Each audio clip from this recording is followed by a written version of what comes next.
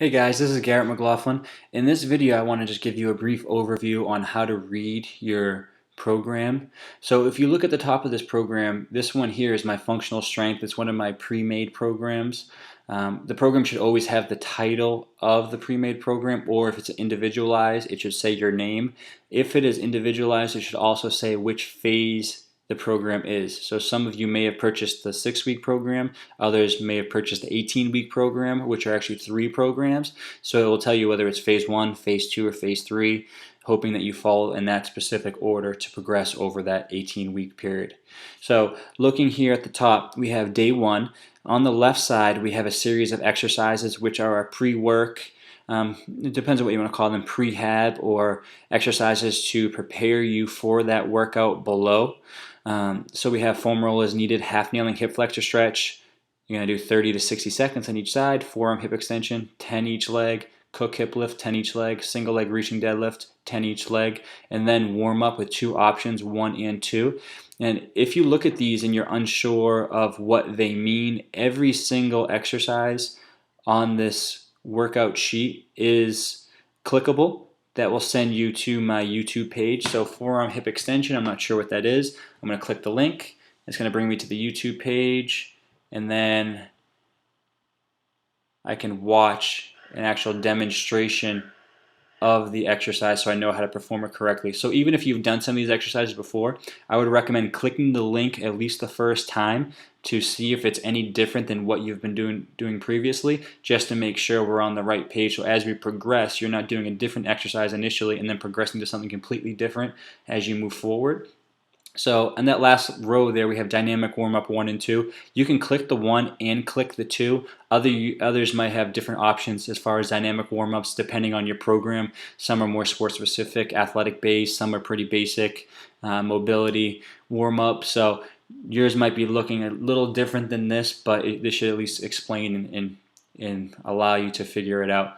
So right here, we have our corrective exercises or our prehab exercises before we get into our warm-up. On this side, because of this program, there is no speed and agility. If you are an athlete and you purchased a speed and agility page, you're going to have a section right here where all these reps and times are that have whatever your speed and agility drills are, whether they're line hops or sprints or whatever it is. So you should have maybe 2 columns of exercises as opposed to just 1 and repetitions. So just go through that column 1 with those exercises, hit your warm-up, and then go through column 2 with your speed and agility and your kind of your on-field or on-court drills.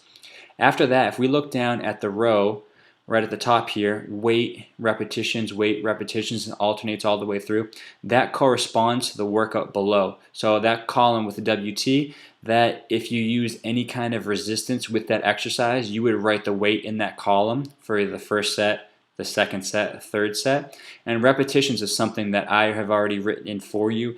If you adjust those, say for some reason, just making this up, for box jumps you couldn't do 6, you only did 4, you can cross out that 6 and put a 4 somewhere around that, just so you know as you progress forward you can alter that and make it show it's a nice smooth transition from one week to the next.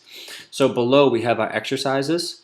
We have week 1, week 2, week 3, week 4, 5, and 6. Same thing on the other side. So this is day 2, week 1, week 2, week 3, week 4, week 5, week 6. So the idea is to do day 1 first in week 1, and then day 2 second in week 2. So whether that's a Monday, Wednesday, Tuesday, Thursday, however you set that up, whenever you get the workout in, do day 1 first, and then day 2 second in that week. Some of you may have a 3rd or 4th day. Just follow in the order as it's listed.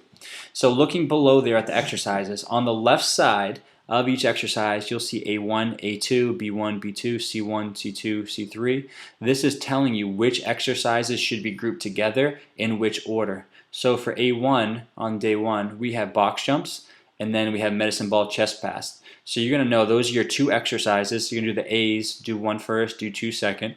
You're going to do them back to back. So for box jumps, you're going to do 6 reps. Medicine ball chest pass, you're going to do 6 reps. You're going to take your time to rest after you finish each exercise with that letter, and then you're going to go to the second set, 6, and then 6, rest, 6, and then 6, and then you're done. So each box here that's kind of squared in is telling you how many times you're going to do each exercise. So for all these exercises, A1 through C3, you're going to do each exercise 3 times. But if you look below at D1 and D2, that's only 2 rotations of each one. So you can do the Pallof press for 8, the prone elbow stabilization for 8, rest, do the Pallof press again, and then go into the prone elbow stabilization again. And then you're done with those 2. So as you look here, some of the exercises progress throughout the weeks. The pull-ups, you're going to start with 5, and then you're going to move to 8 in week 4, 8, 5, 8, 6.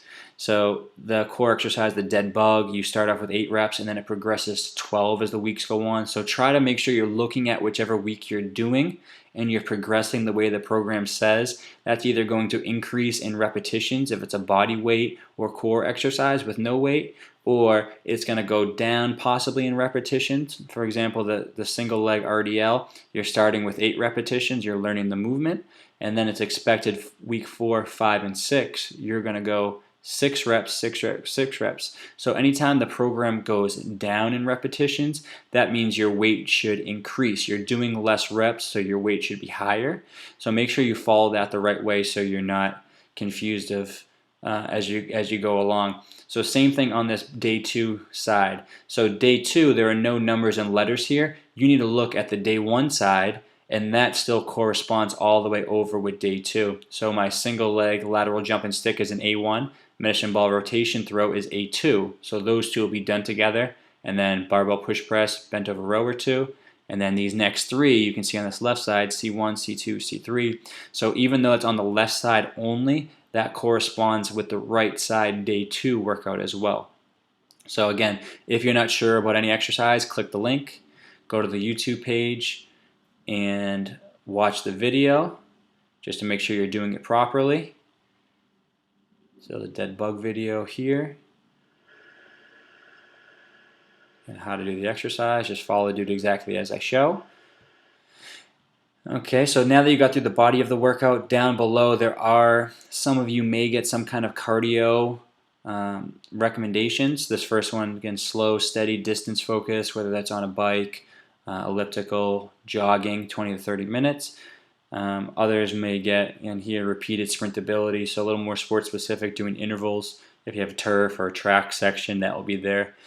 So some of you may have some kind of cardio or metabolic workout on the end there.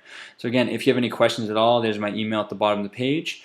Definitely shoot me an email, let me know if you have any kind of questions. I hope this makes sense. It's pretty easy once you get through that first few workouts, you track things, it makes sense pretty easy. So print out a copy of this, bring it with you to the gym or at home. Keep another copy on your computer so you can reference the exercise if by chance you forget. And definitely shoot me an email with any questions. Thank you. Good luck.